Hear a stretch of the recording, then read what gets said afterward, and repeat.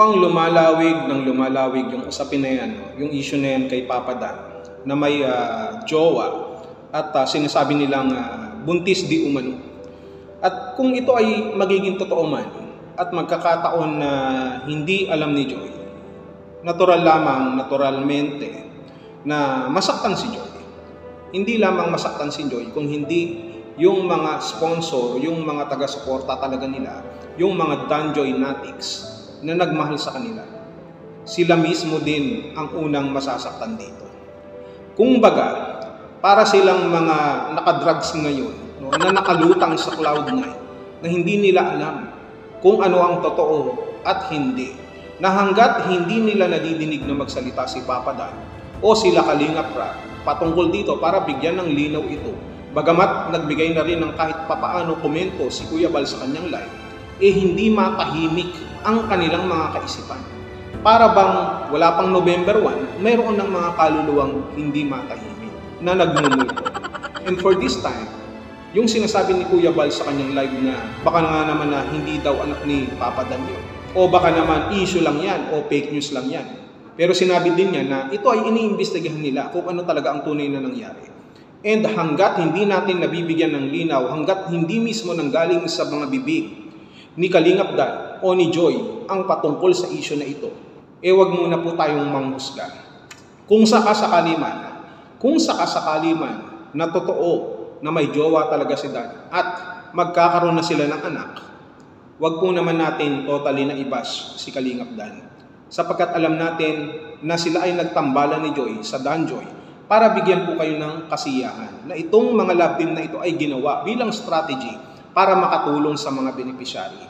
And most of the time, yung ating pong mga personal life ay kadalasan na siniset aside po natin na hanggat maaari sana mabigyan ng pribadong kalagayan.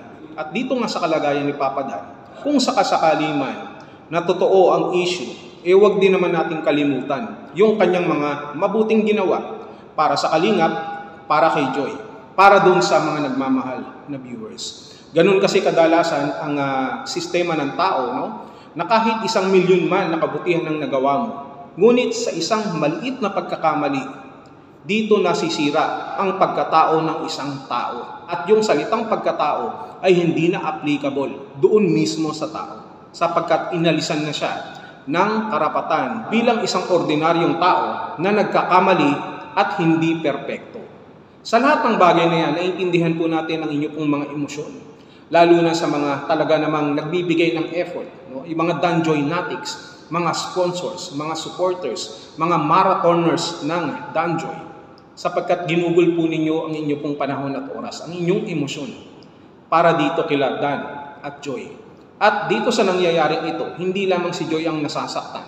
Hindi lamang si Kalingap Dan, kung hindi kayo mismo ang nasasaktan dito dahil kayo ay bahagi na rin ng pamilya ng Danjoy. Dahil kayo po ay bahagi na rin ng buhay nila Joy at ni Papa Dan. Subalit sa usapin na kung mayroong jowa nga talaga, itong si Papa Dan at mayroon na silang anak, tama din naman ang sinabi ni Kuya Bal na we can never know hanggat hindi natin nabe-verify fully yan. Kung kinakailangan ipa-DNA, pwede naman. Pero isa lang ang masasabi ko, may alam din naman ako. At sa pagkakaalam ko, malabo na si Papa Dan pa ang maging anak nung sa sinasabi nilang si Miss J. Sapagkat, pwede kong aminin naman kung tutuusin para magkaroon na ng kaliwanagan na ako ang posibleng ama nung bata sa sinapupunan ni Miss J. Maaring nakasalumuha ko na sila. Hindi ko alam, nang minsan magpunta ako dyan sa Camarines, naka-socialization ko na siguro sila. Dahil sa dami ng mga yan ay hindi ko na matandaan. Marami nagkiklaim sa akin na yun lang ang gusto nilang mangyari, no? Na walang formal relationship. No? It's only a pastime and what do you call this? Only para makapagbigay ako ng magandang lahi sa kanila. Yun lang. So instead na ang piliin niya si Papa Dan, malamang, yes, parang naaalala ko na. Pero mahirap din kasi. Paano kung kay Papa Dan nga yan, di naangkin ko pa. Kung gwapo na lalabas ang bata, malamang sa akin. Kung kay Papa Dan naman, medyo konti lang. So, tatanggapin ko naman kung ano man ang kahihinatnan niyan, kung magpa-DNA man kayo o hindi. Well, setting aside of all those statements na binigay ko, dito naman kay Joy, alam kong maraming nagmamahal kay Joy. Mula nang siya ay matagpuan ni Sir Andy Kayakap, talaga namang nagbago na ang kanyang buhay. And she has a better perspective in life. Kaya nga, wag din naman natin kalimutan yung kasiyahan na naibigay sa atin ng Dan Joy, ni Kalingap Dan, ni Joy Diwata. Kung sakasakali man na mahihinto na ang Dan Joy, unawain na lamang po natin, and probably there's a reason for everything, na mayroon pang mas importante o may mga parating pa na mga beneficiary na sigurado akong mamahalin din naman natin. So dito sa issue nila Papa Dan, ni Joy, wag po kayong masyadong magpaka-stress. Wag po kayong masyadong maapektuhan sapagkat ito po ay hindi makakabuti para sa inyo. There's a lot of things that we need to be thankful and to consider. Yung inyo pong sakripisyo, pagmamahal ay hindi po natin binabaliwala. Kung may tao man na magkakamali, kung may tao man na sa tingin nyo ay sinira ang inyong pagtitiwala, hindi po dito nagtatapos ang ating pong buhay at ang ating pong pagtitiwala na pwede din naman nating maibigay sa iba.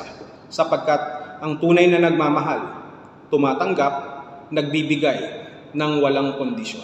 So yun lang naman ang ating masasabi dito, na sila Papa Dan ay magpakatatag kung ano man ang pinagdadaanan nilang yun, si Joy Diwata, lahat po kayo na nandiyan dyan na sumusuporta sa Dan Joy.